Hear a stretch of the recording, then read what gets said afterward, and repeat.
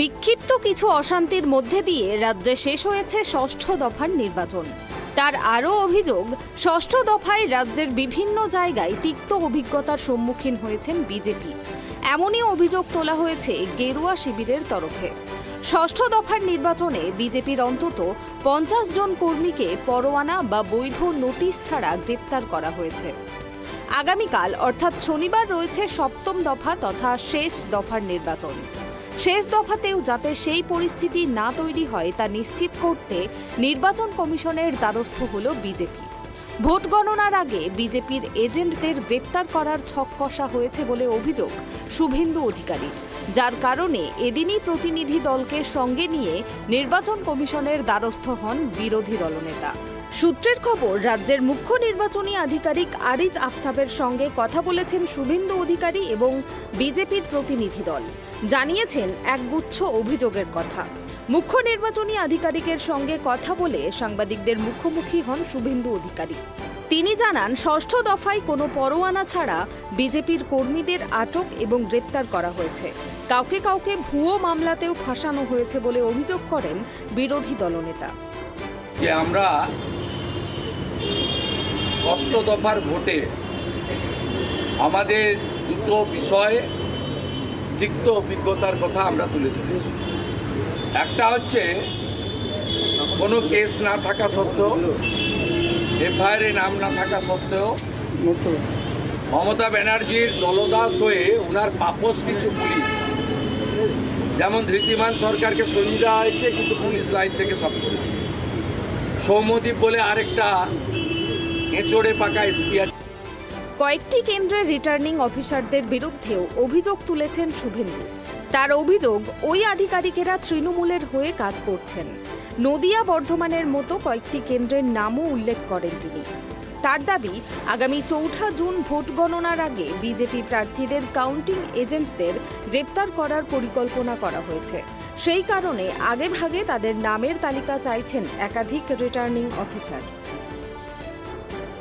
হয়ে গেল দুটো পয়েন্ট। Third point, counting.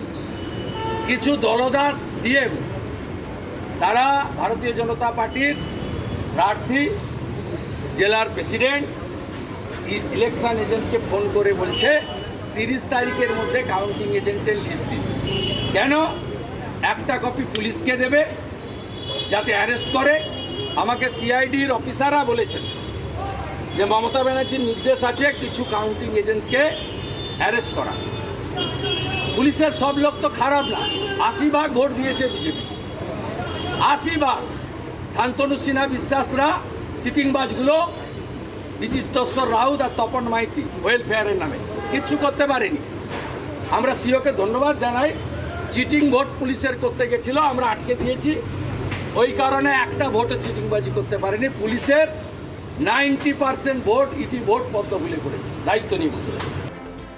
এবারের ভোটে ওয়েবকাস্টিংয়ের বন্দোবস্ত করেছে কমিশন। বাংলার সব বুথেই ক্যামেরা বসানো হয়েছে।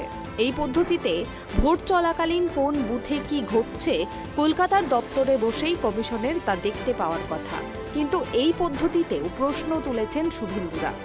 তাদের অভিযোগ, বেশ কিছু বুথে ষষ্ঠ দফায় ক্যামেরা বন্ধ ছিল, ফলে অবাধে ছাপ্পা দেওয়া হয়েছে সেখানে। শিশির বাজোরাজি নীতির কমপ্লেন দিল্লিতে এবং এখানে করার পরে ক্যামেরাগুলো অন করার ব্যবস্থা হয়। মানে চিটিংবাজি করছে ক্যামেরা বন্ধ করে, কোথাও লোডশেডিং করে, কোথাও তার খুলে করেছে। আলটিমেটলি দিনের শেষে 150-র কাছাকাছি বুথে ক্যামেরা চলেনি। তার মধ্যে 70টা শুধু কেশপুরের বুথ রয়েছে, আমরা আইডেন্টিফাই করেছি। এবারে আমি জানতে চেয়েছিলাম মিস্টার আরিজ আফতাবকে যে আপনার গাইডলাইন কি। উনি বললেন ইসিআই ক্লিয়ার গাইডলাইন, সুন্দরবনের আইসোলেটেড 25-30-40টা বুথ ছাড়া গোটা পশ্চিমবঙ্গে ওয়েবকাস্টিং ক্যামেরা ম্যান্ডেটারি। আমরা প্রথম চেয়েছি সুন্দরবনের আইসোলেটেড বুথের তালিকা, যাতে ওই বুথে সাংবাদিক বন্ধুরাও এক একজন করে থাকেন। আর আমরাও সেখানে প্রিকশন নেব ওই 25-30টা বুথে আলাদা করে, ট্রিপল এজেন্ট, ডবল এজেন্ট, আরও বেশি। আমাদের প্রার্থী ইলেকশন এজেন্টও দরকার হলে ক্যাম্প করে বসে থাকবে। ছাড়বো না আমরা মমতা ব্যানার্জি। ডেমোক্রেসি, গণতন্ত্রের এই মহোৎসবে ডু অর ডাই। অভিযোগ, ষষ্ঠ দফার ভোটে একাধিক বুথে ক্যামেরা বন্ধ ছিল। কমিশনকে চিঠি দেওয়ার পর তারা হস্তক্ষেপ করে। বিজেপির দাবি, ক্যামেরা বন্ধ থাকলে ভোটও বন্ধ রাখতে হবে। সুন্দরবনের দিকে প্রত্যন্ত অঞ্চলে কিছু বুথে ক্যামেরা থাকবে না বলে সূত্রের খবর। সেই সব বুথের তালিকা চেয়েছে বিজেপির প্রতিনিধি দল। শুভেন্দু জানিয়েছেন 40টির মতো বুথে ক্যামেরা রাখা যাবে না। সেই বুথে বিজেপি বিশেষ নজর রাখবে ভোটের দিন। Bureau report, tribe TV Bangla.